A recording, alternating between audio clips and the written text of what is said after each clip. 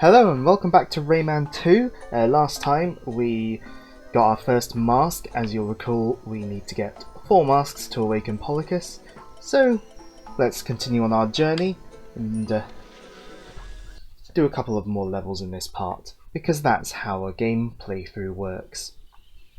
But hey, we got a cutscene here, and it's unskippable, at least until you've beaten the level if I remember correctly. So yes, this place is guarded by a walking shell. And yeah, he just hints that it might be possible to tame it. So yeah. But we're going to ignore that. You know, it sends one sort of flying at us, sort of to show us what to do. We'll ignore that to start with because we've got things to collect for 100%, because of course.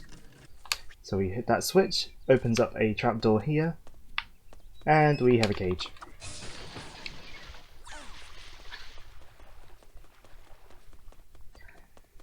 And we can use this very conveniently placed spider web to climb back out. So, to actually get on with the actual objective of the level, here we go, tame the shell by running away from it until it gets tired, and you can jump or get on it and press shoot to go faster, or jump to jump off. But yeah, you can't get off when it's going too fast, basically saying you can't get off on predetermined pathways. And here we've got sleeping robo-pirates. So what you can do, you can run fast and wake them up and just fight them, or you can slightly tilt the analog stick to walk past them. Of course, in versions that use the directional pad or arrow keys, it's hard to do this, although the PC version with the keyboard controls does include a key to switch to walking mode instead of running by default. The main reason we'd want to walk there instead of running is because, you see, if they've woken up, the door closes. But we've got everything we need here, so we'll just ignore them. We'll get their health back. This game isn't exactly difficult, at least not when you've played it a million-billion times. There's a lump back here, so we'll get that. And as we saw when loading into this area, there's a lump up here, so we go over here. But there's not just a lump, there's also a cage. So we can get that. If I'm facing the right way, there we go. And I can bug out the camera and get it stuck on this wall. There we go. Yeah, this is still a relatively early 3D platformer, so there are still some camera issues. So when they say you can press space or the shoot button to go faster, this is what it means. So yeah, this is another sort of thing in the whole variety thing that Rayman 2 likes to do. Got the walking shells here. Unlike some of the things that it does, the shells do return in later levels, but this is our first level with them, so you get to sort of show off all that we can do with them. But speaking of variety and different mechanics, wow, this bit's dark with my current lighting settings. In here we've got flame. So walk into the flame with the barrel, and you can fly. Now this doesn't formally get introduced until a much later level in the game, but obviously if you know you can do it now. Which is a nice thing about this game. Occasionally there are mechanics or just hidden parts of levels that you might be intended to find out about later, but if you know you can do it straight away, and so you don't have to sort of backtrack when you sort of don't need to. Let's fight off this one here because he only has 3 hit points.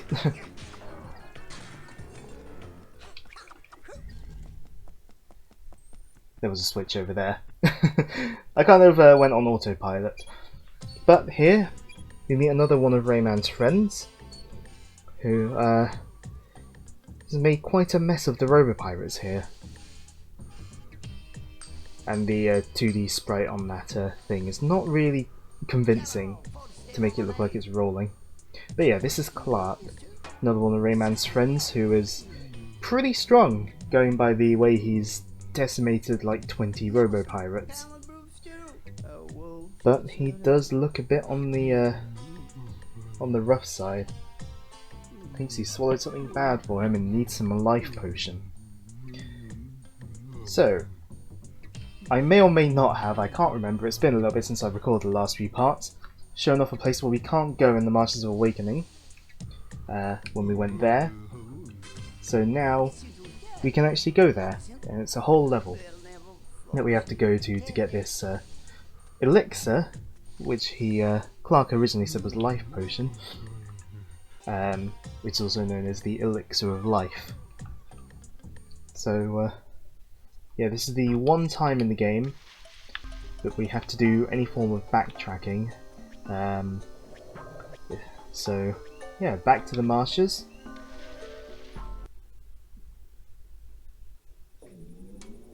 Oh, it's quite a bit dark, isn't it? As I may have said before in a previous part, I do enjoy having the lighting set a bit lower than the normal, because it does make the lighting sort of a little bit more moody and atmospheric, but that may cause problems with the recording. We'll see if I change that after this part.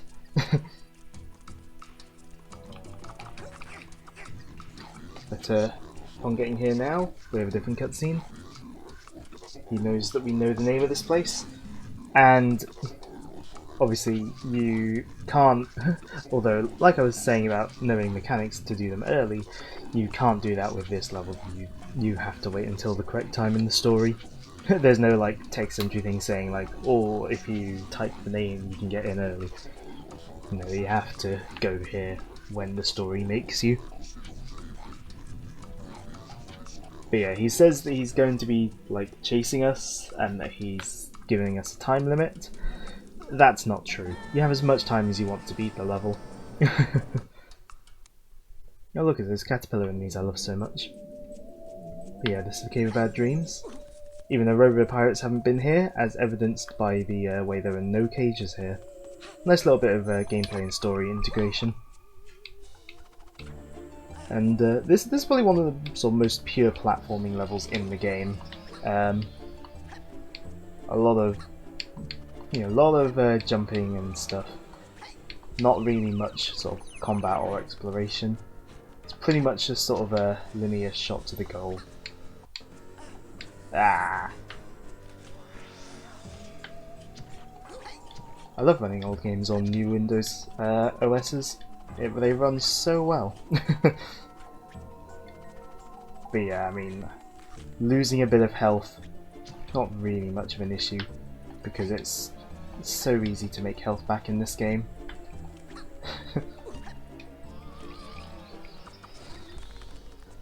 But just because there are no cages here doesn't mean we haven't got lumps to collect.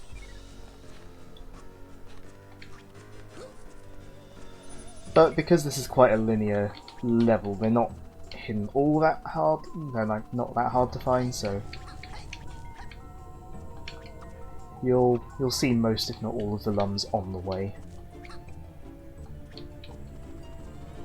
On these, you can use the trick of jumping constantly to climb up them faster.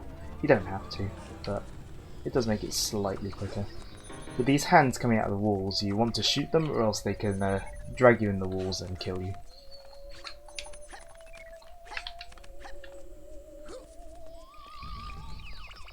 Some health here. Now there are some enemies you gotta fight, but the combat is even less intense than a normal robo-pirate fight, because these things don't really have invincibility frames, so you can just kind of keep shooting them. But once you've defeated all of them, a yellow orb shows up, and as we learned in the Sanctuary of Water and Ice, throw it on there, and we can go down.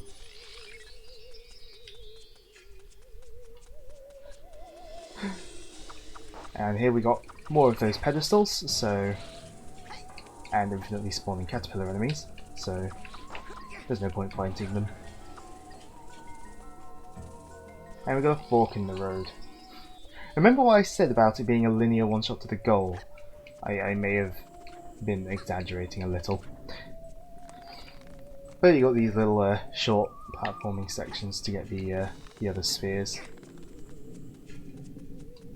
So we'll go get them, obviously.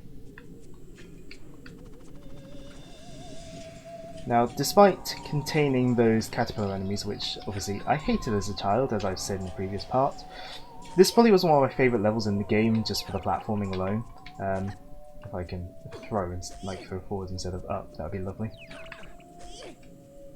If the camera is not cooperating with me here. Yeah, this is one of my favourite levels to actually play through, just because of all the platforming. It's one of the more involved platforming levels in the game. It just feels fun to nail the platforming. I mean, not that it's that difficult, but you know, fun doesn't always mean difficult. I mean, it often can with my taste in games, but not in the case of this game. Especially if it's just it's the kind of game I can play if I just want to switch off. Though actually, to bring up some version differences though, while we're just doing sort of platforming and bringing the orbs back, the PS2 version actually, Rayman Revolution, the sort of remake essentially, changes this level to make it so that there are no lums to collect at all or cages. And if I remember correctly, the level's actually closed off once you beat it. You can't actually replay it like you can in this version. In fact, most levels, most if not all levels, if you replay them in the PS2 version, their music gets replaced with ambience, which personally I think is a bit boring. But yeah. PS2 version also has a lot more backtracking that you need to do to 100%, much like a sort of more standard sort of platformer. And we've got caterpillars jumping between these pillars. They're easy to take care of. But yeah, this is the kind of platforming sort of where I enjoy doing it. Sort of jumping between the platforms. Sort of the rising sort of skulls. And the sort of the sinking skulls we had in the earlier section as well. And this section, instead of going back and forth, it forms a nice little loop. Now what you really should do is wait for the sphere to land before jumping after it, in case you did throw it into the pit. Because as we saw earlier, if you throw it into a pit, it'll respawn where it last was. So if you threw that down, jumped after it, and then threw it into the pit, you kind of had to go around the entire sort of section again to retrieve the sphere. So let's just put these spheres on their pedestals. Come on. Just get rid of the caterpillars. I mean, they respawn, but you know, we don't want them getting in the way. The mouth opens. Another big yellow lum. Now this is where he actually makes true on his promise to chase us, but there was no time limit. You can take as long as you want in the previous section, and you know, this isn't really even the time limit. But we get to see this chase from the perspective of his jaws, which is certainly interesting.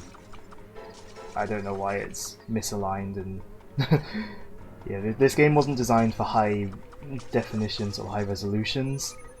Yeah, one thing you want to do on this slide section is constantly shoot, because those crystals that we're breaking apart will slow you down, and if you do slow down too much, he will eat you.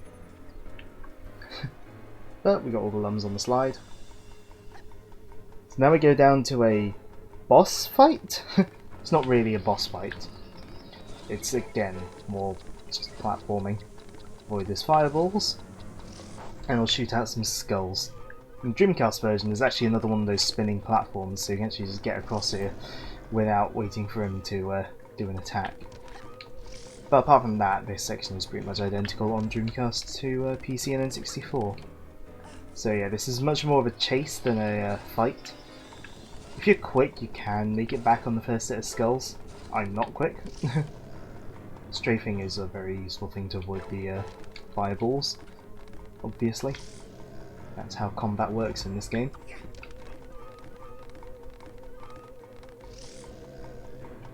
But yeah, as you can see, shooting will stop the skulls, and you can then jump on them. I mean, you can jump on them anyway, but they're moving backwards, so it's not much use jumping on them unless you've already shot them. Yeah, this game doesn't really do many boss fights, and especially if you count this as one of them, because this isn't really a fight. You're just chasing the Guardian down with platforming. Basically, he'll just keep attacking you until you get to near him, and then he'll run away a bit and resume attacking. Basically, all this is. And we got our last lump of the level over there. So we need to shoot down enough skulls to get to the first big platform, but then we can make the rest of the trip on the little platforms. I mean, you can use the skulls to get all the way across if you wanted to, but you know, why you'd want to do that when there's a yellow lung there, not sure.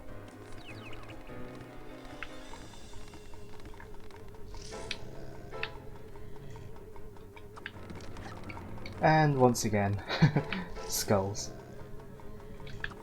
This section, it's a lot of the same. Running around getting the skulls. Well, hitting the skulls. But yeah, we've got one final chasm to cross.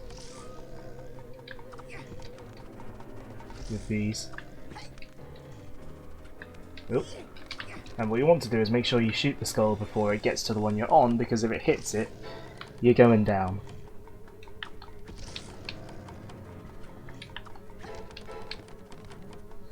But of course, he's no match for our platforming ability.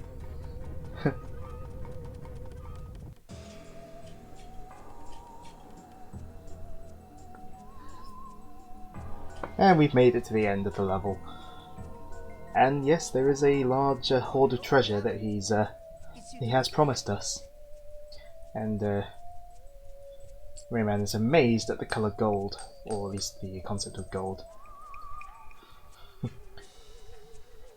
And once again, 2D sprite being a bit more convincing than the previous time when they tried to portray a 2D sprite rolling, but still a 2D sprite. This was an N64 game originally, after all. But yeah, since we beat him, the treasure is ours to keep if we so choose. But of course, we don't want the treasure. We're here for the elixir of life, to help our friend Clark. If you choose that you want the treasure, it plays a little cutscene of Rayman on a deserted island. He's gotten really fat because presumably he's bought loads of food and he's just sort of lived a life of gluttony after choosing the treasure. Then I think it brings you right back to the choice. But yeah, for choosing the right thing, we have the elixir of life, so we can take it back to Clark. Now, if you want to get back to the... you can play through the level again, especially if you've not 100%ed it. But we've 100%ed it, so we're going to fall in the pit here, so we can respawn right at the start and exit the level quicker. It's those little shortcuts that you can do. But yeah, now we've got to play through the beginning part of the Menhir Hills again. I love pronouncing that word, because I'm really bad at it. So we'll fast forward to having got back to where we were before.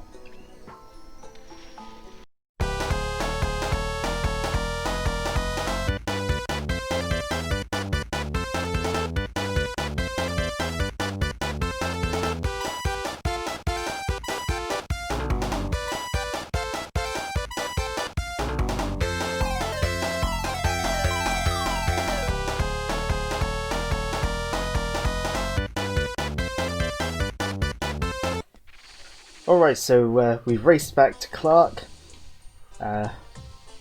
with little incident. And we've been able to give him the elixir. And it instantly makes him better. Ignore those sprites of his eyes looking weird. That won't be important at all.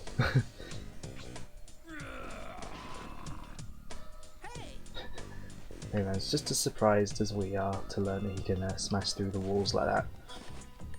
So, yeah, we essentially accompany Clark through this section. But there's a metal gate, he can't smash through that. So we're going to make some progress before he can get through. But first there's a cage up here.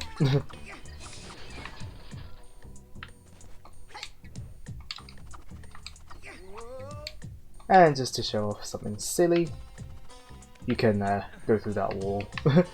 That does have collision, but not when you're grabbing, apparently. Well, not when you're climbing up a ledge.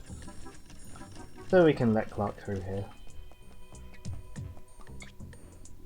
We can look out the window. It's not very exciting. We can let Clark go through. With his own little motif playing as he does so. But that's all he can do for us here. We'll assume he can get to safety and not have to deal with any other bad things happening to him in this game.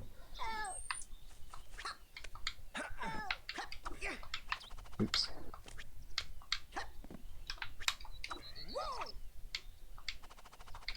Swing up here for a cage. And go behind where the shells are spawning from. For darkness that the capture's not going to like. And another cage. And we got another multiple of 10, so another increase to our health bar. And we got one final shell section to finish the level off. Because as you can tell, we can't run up here, it's much too steep. But with the shell we can make it up here just fine.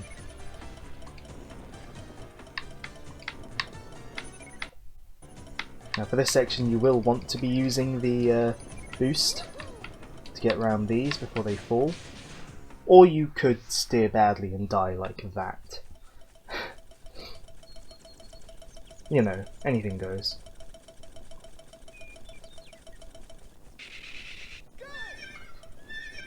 So let's try that again, this time with less dying hopefully. Okay, and I don't even want to know what happened there.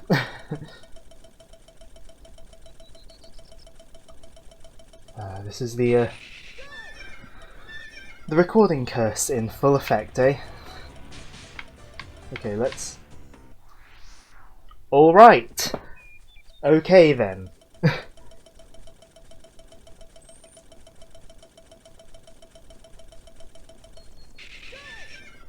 Let's try not to die anymore, okay?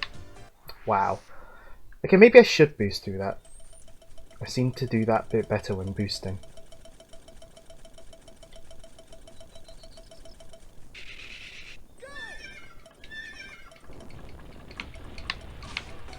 There we go. But yeah. With the boost you do kind of have to just constantly press the button, you can't like hold it to do a continuous boost. Anyway, there we go. And we end the level with a little cutscene. Why? Guess they just decided it would be cool. And of note is, if you do replay this level, either for fun or for 100%ing, if you missed stuff, this cutscene does play every time.